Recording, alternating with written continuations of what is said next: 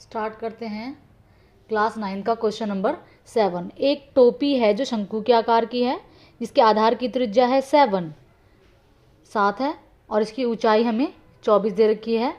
और इसी तरह की हमें 10 टोपियां बनानी है, तो हमें बताना है कि कितना गत्ता लगने वाला है इन टोपियों को बनाने में।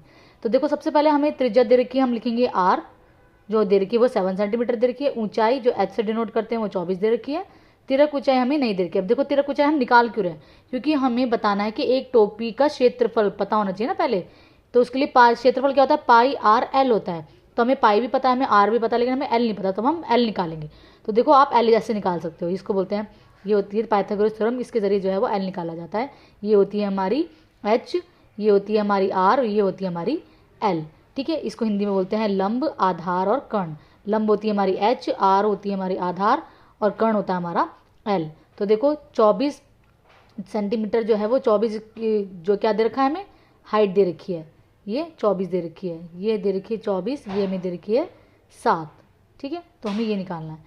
तो 24 लिखा, यहाँ 7 लिखा, और यहाँ एल जो नहीं दे रखा उसे एज इट इज़ हमने लिख दिया है।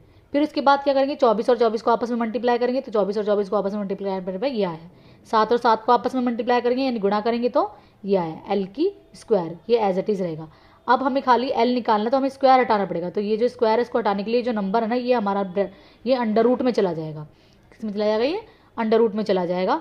और अंडर रूट से ये बाहर कब आता है, जब इसके स्क्वायर रूट बाहर निकल के आते हैं। तो देखो, स्क्वायर रूट बाहर लाने के लिए हमें क्या करना पड़ेगा, इसके पहले स्क्वायर रूट निकालेंगे। तो मैं यहाँ निकाल के दिखा देती हूँ आपको। तो देखो, ये जाएगा 5 से, 5 एकम 5, 5 दूनी 10, 5 पंजे 25, फिर 5 दूनी 10, 5 पंजे 25, ये 5 एकम 5, और ये एंड तक करना जब तक लास्ट में 1 ना आ जाए। अब ये जितने भी नंबर है उनको हम यहाँ लिख देंगे, और यहाँ से हम पेयरिंग निकालेंगे बाहर। ये एक बार आ जाएगा, इनके पेयरिंग में से एक बाहर आ जाएगा। तब ये पेयर करके बाहर आ जाते हैं, तो ये जो है वो हट जाता है। तो इन दोनों को आपस में मल्टीप्लाई करेंगे तो आया 25, यानी एल हमारी आई 25। अब हमको पता है कि हमें 10 कैप का क्षेत्रफल निकालना है, तो हम क्या करेंगे, सीधा एक कैप की क्षेत्रफल के साथ ना 10 कैप को भी साथ में ऐड कर लेंगे। अलग अलग करने की हमको जरूरत नहीं पड़ेगी। चाहे तो आप क्या कर सकते हो, एक कैप का निकाल के उसके बाद 10 से मल्टीप्लाई कर लेना, या फिर साथ में ही मैंने क्या किया, 10 शंकु आकार टोपी का क्षेत्रफल क्या है, एक का पाई आर एल है, तो 10 का कितना होगा, इसको आपस में 10 से कर देंगे, लास्ट में 10 में करेंगे, तो मैंने इसी में ऐड करके कर दिया।